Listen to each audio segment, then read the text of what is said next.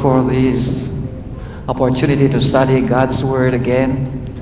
Thank you for the chorale for that beautiful song. Every time the chorale sings, I always consider it as a special message in music. So praise the Lord for your efforts to glorify God through music. Now our study today is the PowerPoint now. Please turn on.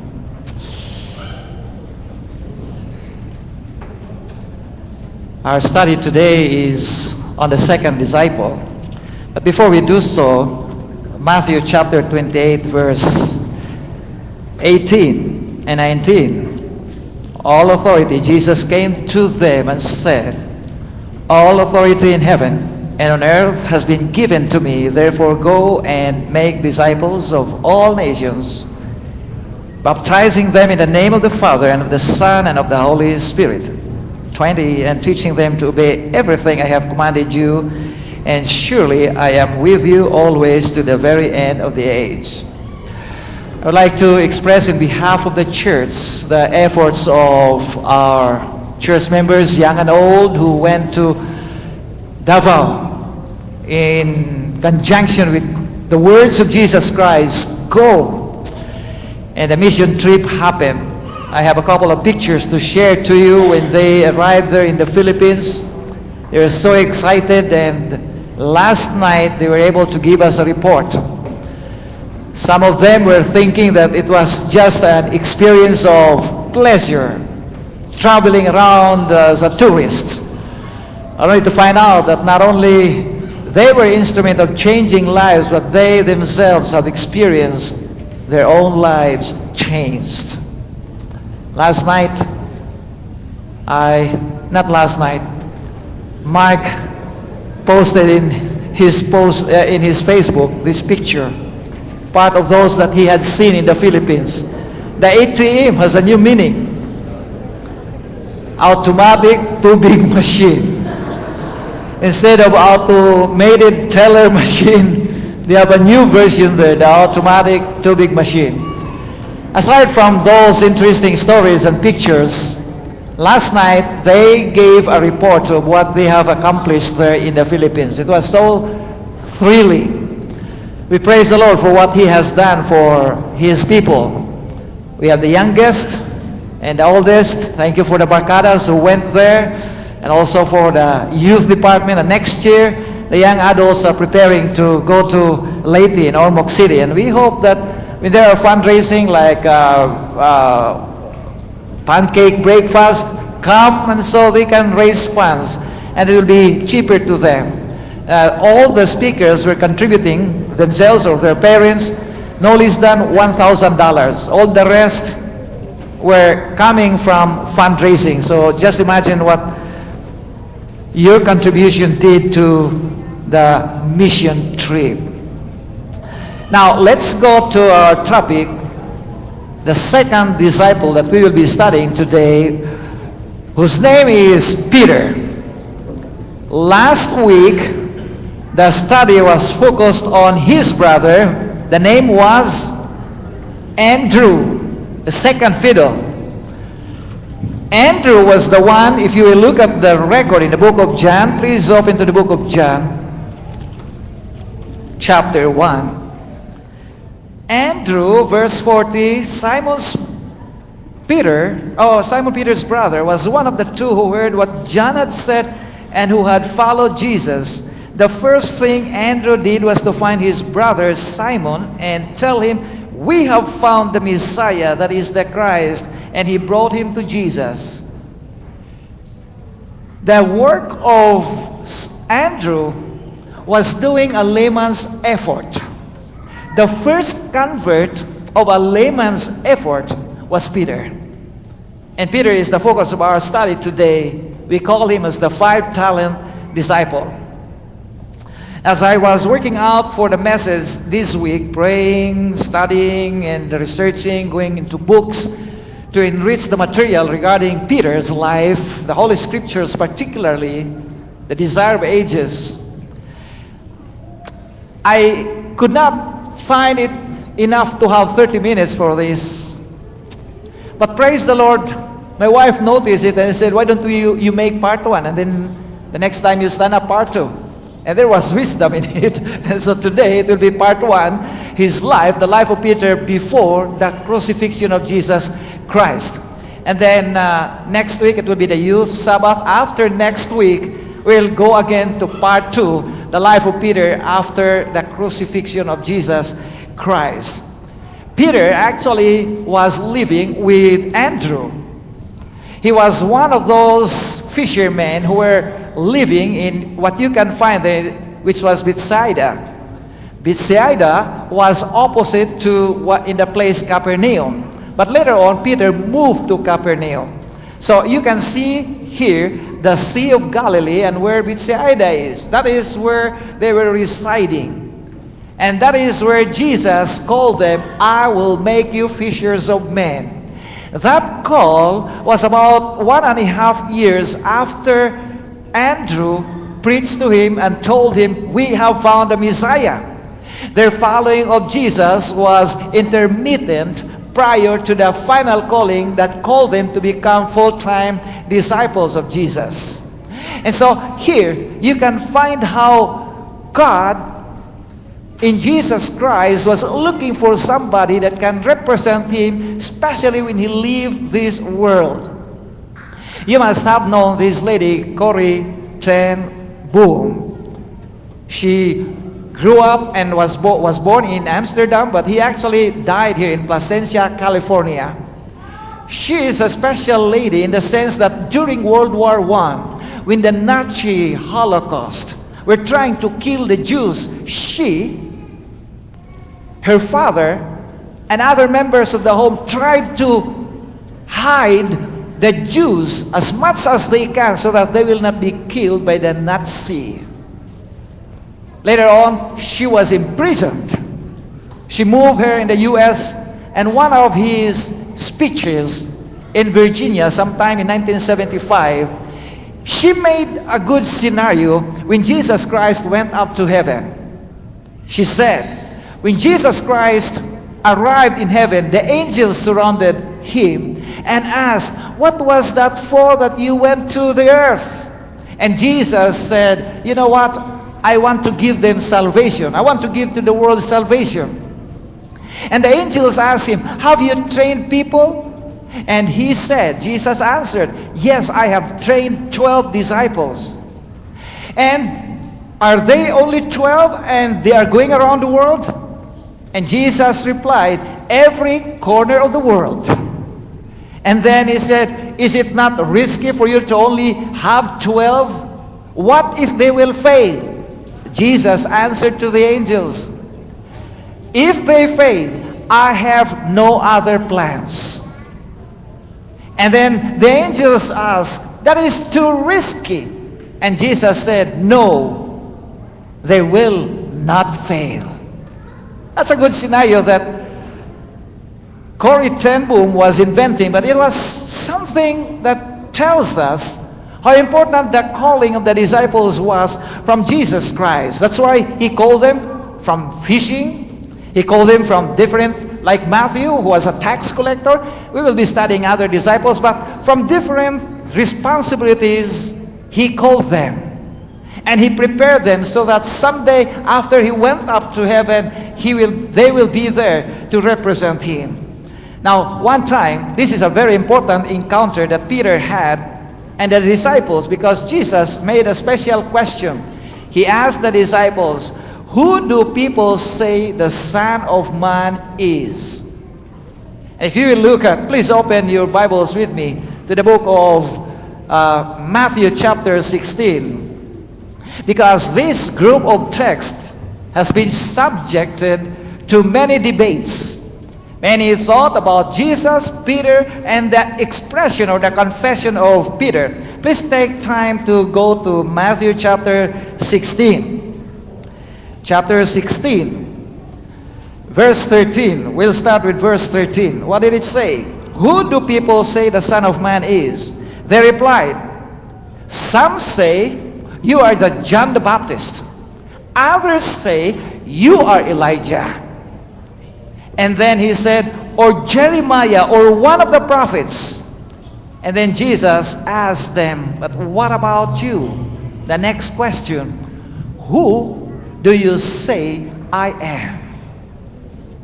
The record here in verse 16, Simon Peter answered, you are the Christ, the Son of the living God. Verse 17, Jesus replied, verse 17, are you in verse 17 now?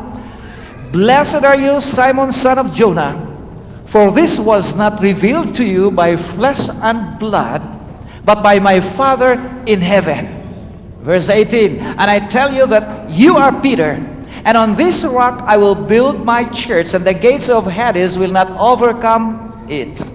I will give you the keys of the kingdom of heaven. Whatever you bind on earth will be bound in heaven, and whatever you loose on earth will be loosed in heaven. We're going to take time also to study this, because this is subject to controversy to many people. Because there are three views that have come up when Jesus said, and upon this rock. In simple English, and when we understand about the scenario and where the disciples were and where Jesus was, he was standing and the disciples were in front of him. After Peter gave the reply, he said, you are Peter. That is what is mentioned in verse 18. You are Peter. It's awkward to say, and upon this rock or on this rock I will build my church. But it is very logical that Jesus said, you are Peter, and upon this rock I will build my church. Psalms 95, who is the rock of salvation? God. Paul in 1 Corinthians, he said, the rock in the wilderness that provide the water, that rock, that spiritual rock in the wilderness where Moses was Jesus Christ. The book of the Old Testament always mention God as a rock. But we will not end up right here, because the Petra and Petros are the words that are mentioned there. Please consider this and take note, because it may not be interesting to you, but one day you will be meeting this kind of argument. Because many will say, you are Peter, and on this rock. There are many who said that rock is Peter. Many says that rock is Jesus. And the other one, that rock is the expression that Peter was saying, you are the Messiah, the Son of the living God, which is the foundation of the church. Who is the rock? Now, if you want to know more about Greek, you can go and take up these on website. You can open the BibleSuite.com and look for Greek words there.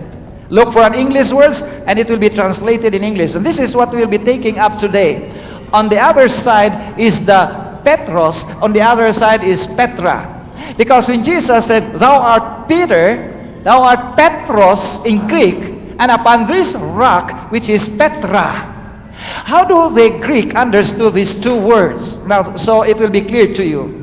The Petros in Greek is meant to be understood as stone or a boulder. Peter, one of the 12 apostles. And that is the original word. That is how they spell the Petros. It's a noun, masculine. And short definition of Peter. There is a word here that is connected with Peter. At the bottom, you will say a definition. Peter, a Greek name meaning rock. So we need to study further on word helps. Petros is a masculine noun, properly a stone, pebble. It is coming still from the same website. You will be benefited if you will go to this website, and it has the Strong's Concordance, both in Greek and in English. Petros is properly a stone, a pebble, such as a small rock. There is a mention of a rock. A while ago, we saw at the bottom, Peter is a Greek name meaning rock. What kind of rock? It says here that the Petros is a small rock found along a pathway. Petros, a small stone, then stands in contrast to Petra, which is cliff or boulder. It is an isolated rock, and Petra is a cliff. Petros always mean a stone, such as a man may throw, versus Petra, which is a projecting rock, a cliff. Now, how about Petra? It's a large mass of rock. That's how it is spelled in Greek, Petra. Noun of feminine, Petra, it's a rock. A rock, ledge, cliff, cave, stony ground. Between these two words, Petros and Petra, a Petros, which is a small stone, may be called a rock, but it is a moving rock. The Petra is one that is immovable, a rock which is a large mass of rock. Now, there is nothing that can help us understand that this big rock is for Peter, and this small rock is also for Peter. The other one must be telling us of somebody else. The Petros is Peter, but the Petra is Jesus Christ. Sometime in the year 400, one of the most valued and respected theologians of the Roman Catholic Church was Augustine. He wrote about this, but when he wrote, he said he will leave it to the readers to understand whether that stone is Peter or Jesus Christ. Chrysostom, one of the fathers of the early centuries, said, this is to be understood to be the expression or the confession of Peter. Not Peter himself, but the confession. Now, how do we understand this? There were instances before the 15th century when the people were not allowed to read the Bible. There was only a big Bible in the Roman library, and on this big Bible, which was chained, the people have no access to that Bible.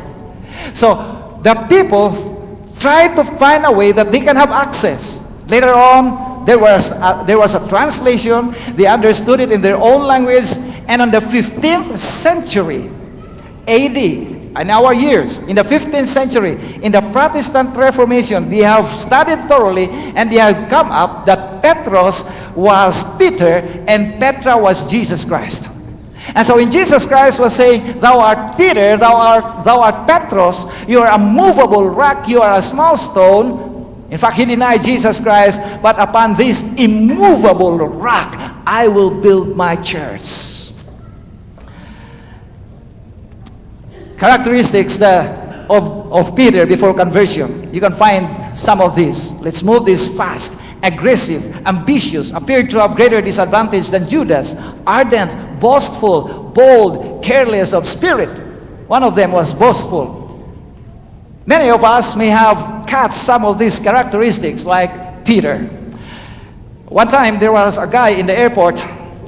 Because he was so in a hurry, he cut the line and then went to the lady there, because he wanted to be taken care first among many. And the lady said, sir, could you please go back and just fall in line? And the guy said, don't you know who I am? That's a big temptation to any one of us also, but do the same. Don't you know my name? And the lady said, right there in the counter, after getting the microphone, ladies and gentlemen, there is a guy here who have forgotten his name. If there is any one of you who knows his name, please come forward so that he will be able to identify himself. Boastful. You know, we learn many lessons. Many of you who have experienced being boastful once in a while, and you will find out that you will learn a lesson. That guy learned a lesson.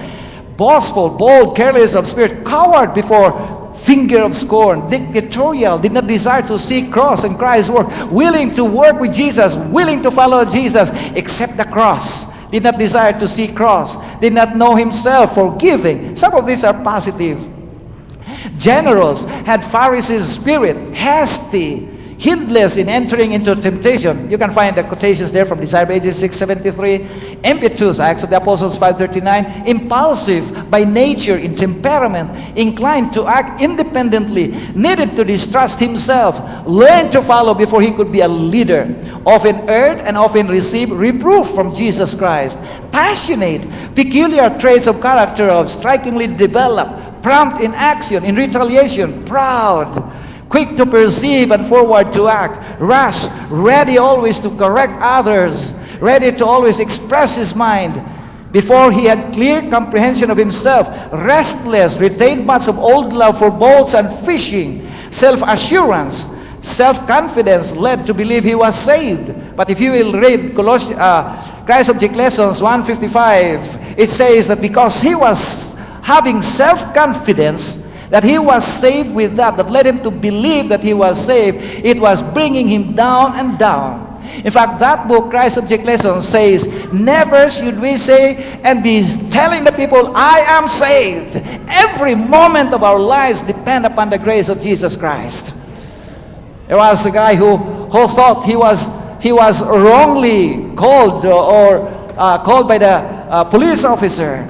He never thought that he was doing worse than what was expected. The police officer called him and said, you were texting while you were driving. He said, no, sir, I was not texting. So what did you do? I saw you on your iPhone. He said, no, sir, I was on Facebook. Not texting, but was on Facebook. That was worst. Sometimes we look at ourselves as good, but we look at Peter as very bad. But in many instances, there are many characteristics of Peter that could be ours. Just imagine, self-pitying, self-sufficient, shrank from fellowship with Christ in suffering, spoke unadvisedly from impulses of moment, sympathetic, good, thought himself strong, too confident, uncompromising, unsanctified in temper, usually talkative, vacillating, warm-hearted, weak, where he thought himself strong, would often wound. But you find special events in the life. First, in the confession of Christ, that's the one that we have taken up. In fact, during the confession of Jesus Christ, you are the Messiah, the Son of the living God. That was great. It was the Father who told him what to say. And by the way, the disciples or those around him never took him as the leader, because if you will look at, we are reading Matthew chapter 16. In chapter 18, verse 1, at that time, 2 chapters after, at that time the disciples came to Jesus and asked, who is the greatest in the kingdom of heaven? Look at that. After Jesus said, I tell you, Peter, thou art Peter, and upon this rock, they never considered that it was for Peter, it was for Jesus. Otherwise, they will not be arguing as to who will be the greatest in the kingdom of God. And then aside from this, in 18 chapter 1, you go to chapter 20, verse 21. A mother of Zebedee's sons, they were James and John, came to Jesus with her sons and kneeling down, asked a favor for him. That's already chapter 20, long time after the event of the encounter of Jesus with Peter. What is it that you want? He asked. He said, grant that one of these 2 sons of mine may sit at your right and the other at your left in your kingdom. They have never concluded that Peter was the leader for them and the founder for the church. They were still seeking as to who will be the greatest. Transfiguration. Transfiguration. You will see that Andrew was not there. There were supposedly the 4 disciples called by Jesus who were fishing. Andrew, Peter, James, and John. But only the 3 of the inner circle. That's the basis of the singing group that was created in Cebu by some of you. Inner circle. They were referring to Peter, James, and John. Only these 3 were brought by Jesus Christ. Peter was one of the special, part of the inner circle. And Jesus appeared to them, Matthew 17, 1-8, in a special manner. If you will go to Matthew chapter 17, kindly open your Bibles, you will find the verse saying what was the appearance of Jesus Christ. After 6 days, Jesus took him, Peter, James, and John, the brother of James, and led them up to a high mountain by themselves. There Jesus was transfigured. What was happening when he was transfigured? Before Peter, James, and John, his face shone like the sun, and his clothes became as white as the light. Just then there appeared before them Moses and Elijah talking with Jesus. We're not going to finish that, But on that occasion, Moses and Elijah appeared and were with Jesus Christ. Jesus Christ looks like a sun. There was light in his attire.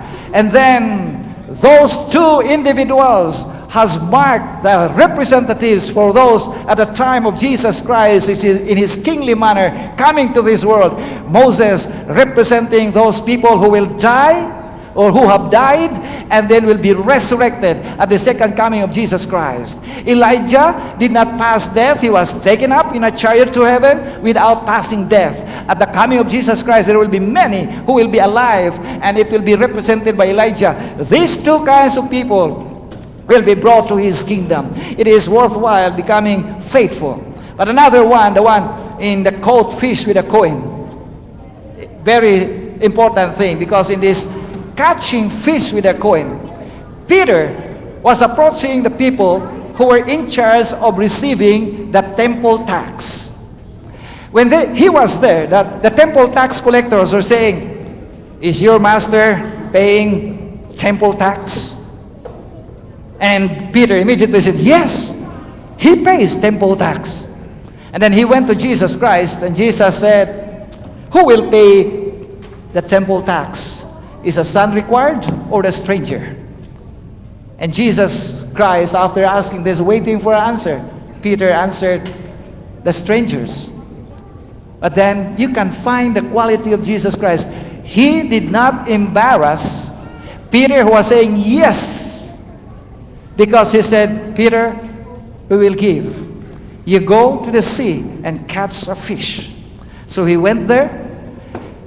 The worth of a temple tax is 2 drachmas for every person, 20 years old and above. That is the rule. 2 drachmas. And then Peter went fishing. Jesus said, "The first fish that you can get, whatever there is, bring it there." When he saw a fish and had a catch, he saw in the mouth of the fish a very important silver coin, Greek silver coin. And the worth of that was 4 drachmas. And Jesus said to him, "Bring it to the temple tax collector for me and for you." Jesus did not embarrass Peter. He covered him and he supplied him. As I was pondering about this event, I was saying, Jesus Christ did not get the coin right there. He passed it through Peter. Just like how he blessed us. Jesus Christ will not say, "I'm giving money to the church." He said, he is going to pass it through you and through me. Peter was faithful in bringing it, and he is also sharing that responsibility to us. He caught fish with a coin and walking on the sea. Walking on the sea. The Bible recorded that when he was walking in the sea, it was stormy. Jesus passed by them, but then they called, "Who is that? Is it a ghost?" Jesus said, "Don't be afraid. It is I." And Peter immediately, as the record says, "Lord, if it is you, can I walk to you and walk on the sea?" Jesus said, "Come." And he said, I could just imagine, just like a little baby trying to balance herself or himself so that he can come to Jesus Christ. The Bible says, and there was a big wave almost covering Jesus Christ. He was afraid. There are some in the commentary, including the Desire of Ages, that this Peter also looked back. Hey, you're not walking like me. This is the first time I have walked, and you have not walked on the sea. And then that's the time he fell down and down. When he was down there, he knew whom to go. He knew whom to address for help. The Bible says, Peter exclaimed, "Save me, Lord." Without hesitation, the Lord saved him. Jesus reached Peter out from the sea. And Peter again learned a lesson. Peter learned again the love of Jesus Christ. But a final event that we should not miss in this story is that we can learn a lesson that when you fall, you can go up. This guy, Nelson Mandela, who was been imprisoned being anti-apartheid. He was against the segregation of the white from those black in South Africa. Imprisoned for 27 years. When he was brought out, and then later on became the president of South Africa, he is the most loved. And this is one of what he has said: the greatest glory in living lies not in never falling, but arising every time we fall. Peter at the courtyard is the last scenario that we are going to share to you. If you will go to the book of Matthew, you will find out here some text. Matthew 27:75. Peter was approached by the lady. I saw you are with him. What did Peter say to the lady? No, I don't know him. And in the next part of the story, when there was a guy, someone else saw him, Luke chapter 22 verse 58, and said, you also are one of them. And Peter replied, man, I am not. Peter replied, if you look at the record in the book of Mark, after the first denial of Jesus Christ, the rooster crowed.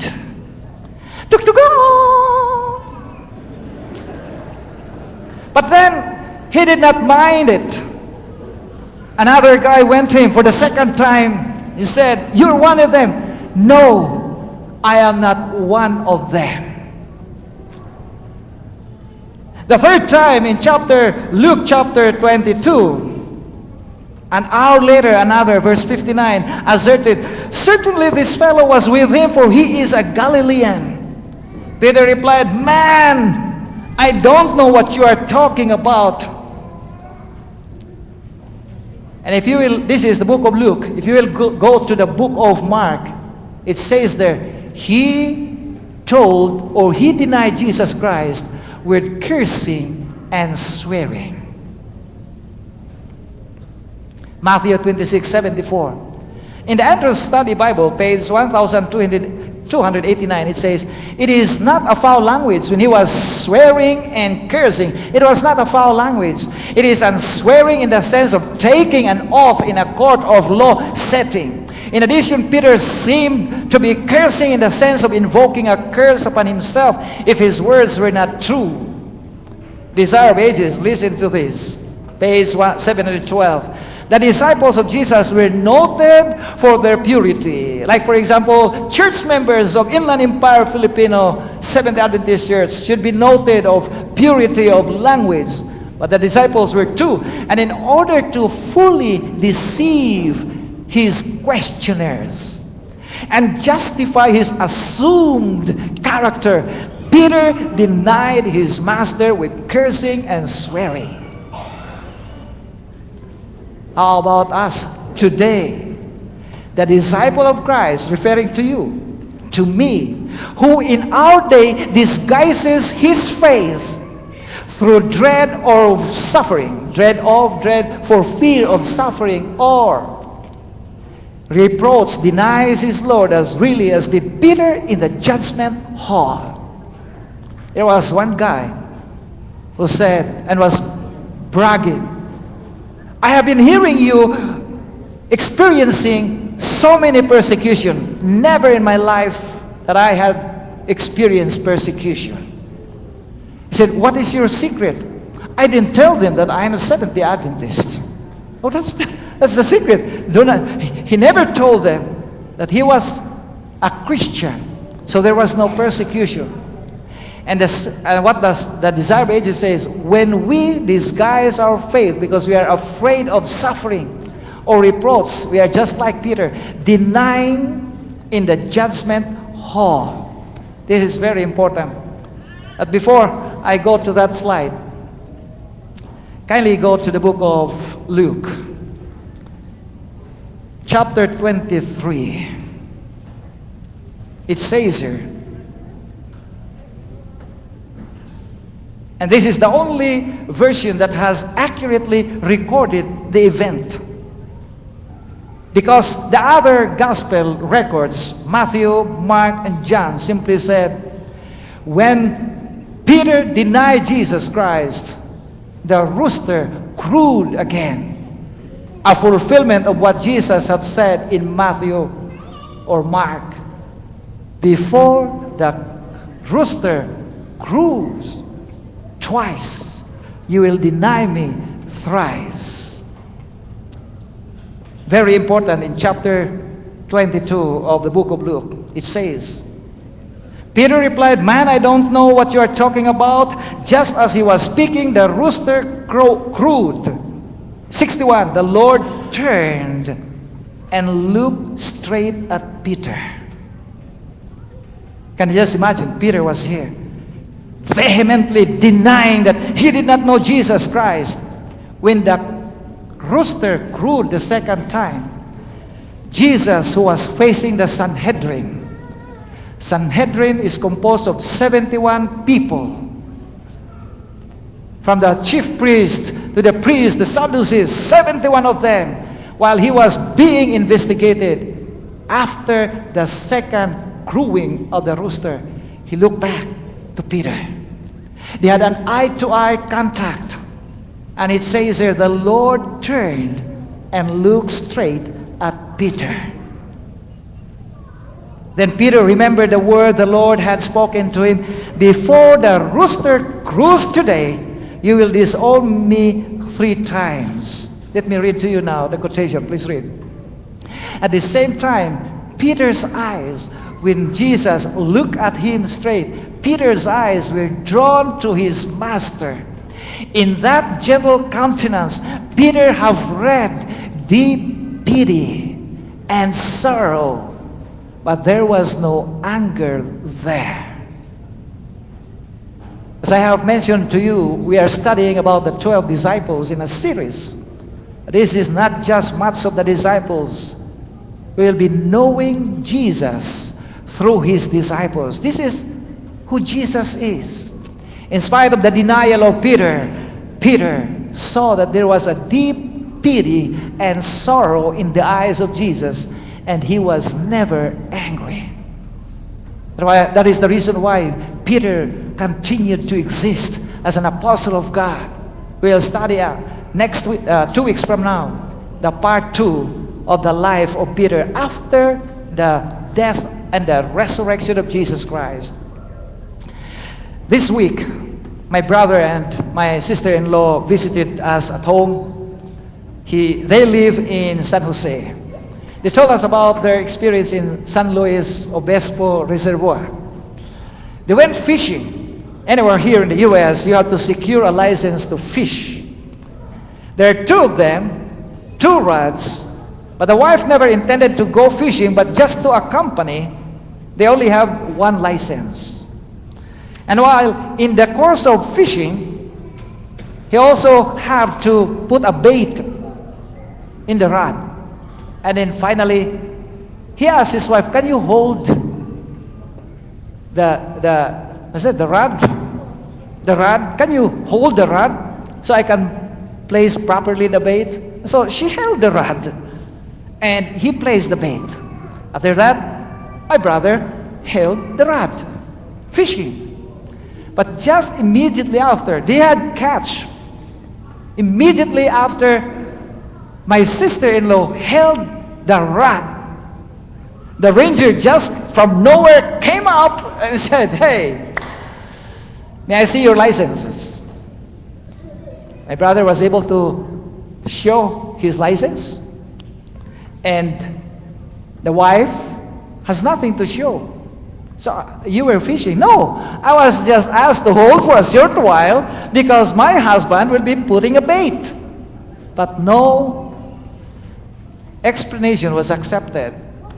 Tickets were issued, no amount. You have to appear on this date in Los Banos. You can see that exit in Los Banos when you're on Freeway 5 towards Sacramento.